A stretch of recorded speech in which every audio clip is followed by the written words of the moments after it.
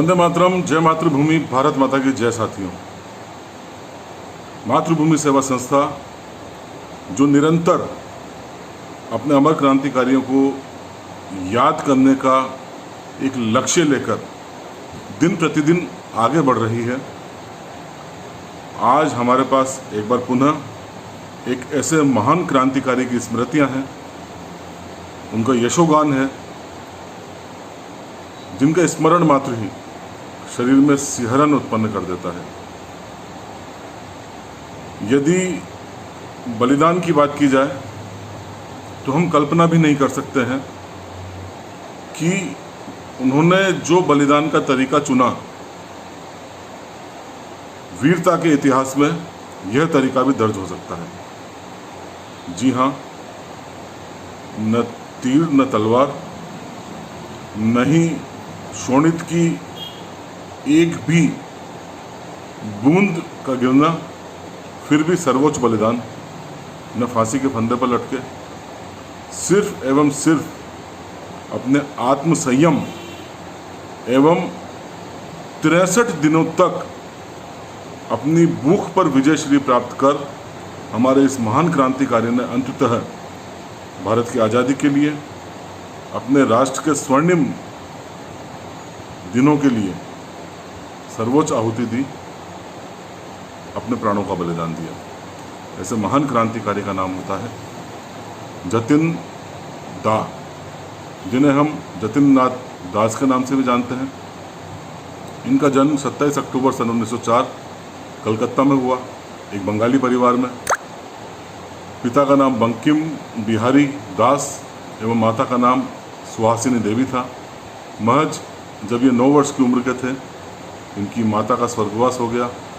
16 वर्ष की उम्र में इन्होंने मैट्रिक परीक्षा पास की एवं मैट्रिक परीक्षा पास करने के बाद से ही यह गांधीवादी तरीकों से देश की आज़ादी में शामिल हो गए एवं इन्होंने असहयोग आंदोलन में भाग लिया।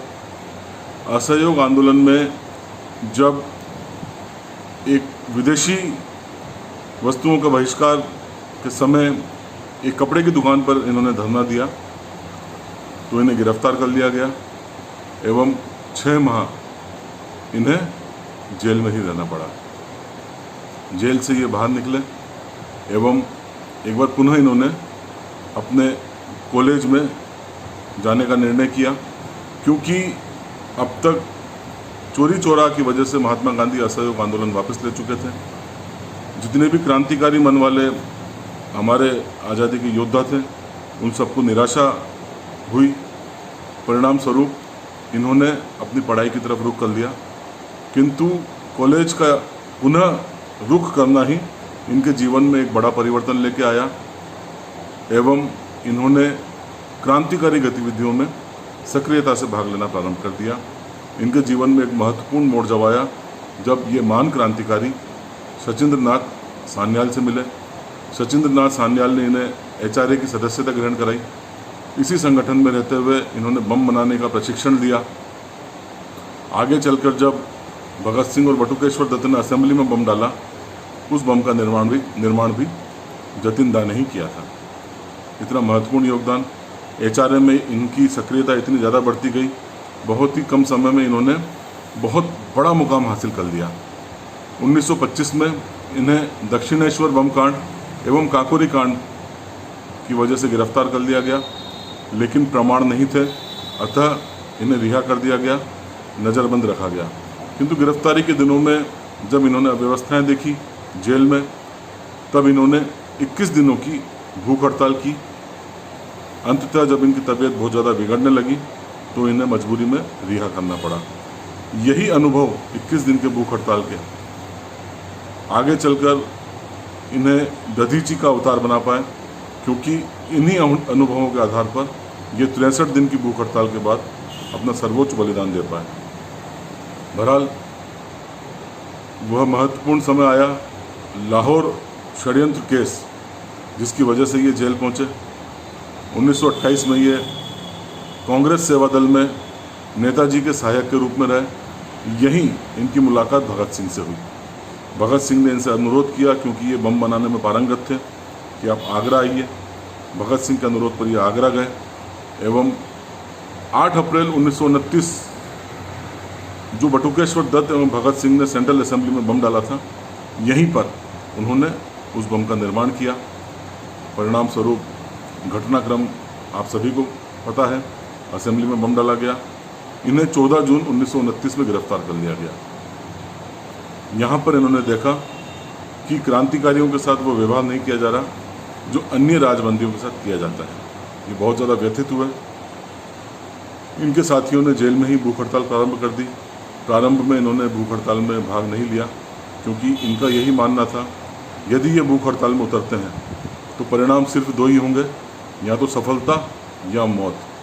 अंततः 13 जुलाई सन 1929 ये अनशन में शामिल हुए, इसी शर्त पे कि यह अनशन तभी तोड़ेंगे जब इनकी संपूर्ण मांगें मान ली जाएंगी, अन्यथा इनके अनशन का परिणाम अवश्यम भावी मृत्यु रहेगी।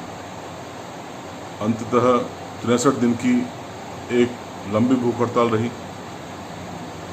क्या क्या अमानवीय यातनाएं इन्हें नहीं दी गई, नाक में नलचियाँ डाली गई इनको दूध पिलाने के लिए, लेकिन पहले की 21 दिन की भूख हड़ताल के अनुभव अभी इनके साथ थे। उस समय भी इनकी नाक में नलची डालकर दूध डालने का प्रयास किया जाता था, लेकिन अब ये किसी भी प्रकार अनुभव के कारण दांत में दबा लिया करते थे नलची। यही कारण है कि इतने लंबे समय तक यह अनशन करने में सफल रहे। अंततः अंग्रेज़ों की भी अमानवीय यातनाएं बढ़ती गई।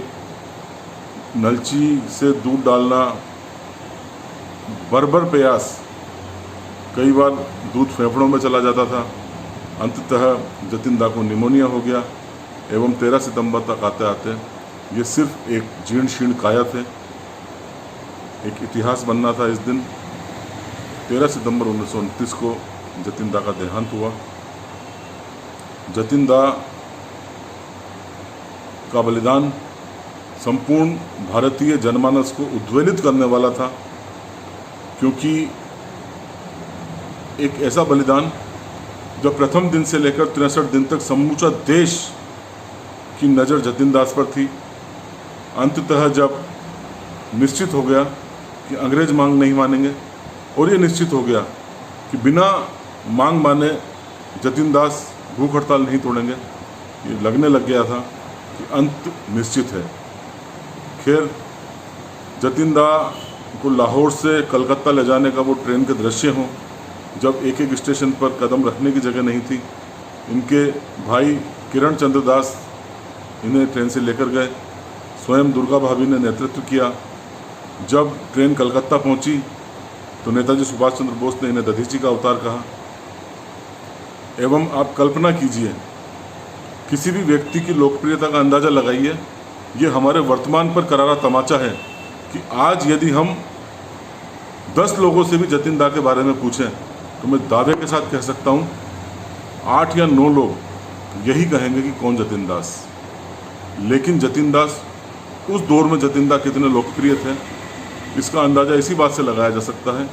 आज भी यदि किसी व्यक्ति की शव यात्रा में असंख्य लोग होते हैं तो यह सबसे बड़ा मापदंड है उस व्यक्ति के लोकप्रिय होने का। जतिन दा की अंतिम यात्रा, उनकी शव यात्रा मीलों तक कलकत्ता की सड़कों पर तिल रखने की जगह नहीं थी। यह थी उस दौर में जतिन दा की लोकप्रियता। जितने भी स्टेशन पर ट्रेन रुकी वहाँ पर इतना जनसैलाब था, वहाँ कदम रखने की जगह नहीं थी। ये थी जतिन दा की लोकप्रियता। कहीं ना कहीं यदि उस लोकप्रियता का आज के दौर में शमन हुआ है, वह इसी वजह से हुआ है कि इतिहासकार हमारे इन महान क्रांतिकारियों को वह स्थान नहीं दे पाए, उनके साथ वह न्याय नहीं किया, या कुछ कुंठित इतिहासकारों ने उन्हें मुखर रूप से पीढ़ियों के आगे प्रस्तुत ही नहीं किया। मातृभूमि सेवा संस्था की यह महती भूमिका है। महत्वपूर्ण मातृभूमि सेवा संस्था अपना उत्तरदायित्व समझती है ऐसे महान क्रांतिकारियों को जन जन तक ले जाए, ताकि उनका यशोगान हो सके, उनका गुणगान हो सके, देवतुल्य रूप में उनकी पूजा हो सके। अतः अपनी वाणी को मैं यही विराम दूंगा जतिन दास को कोटि कोटि नमन करते हुए वंदे मातरम, जय मातृभूमि, जय हिंद।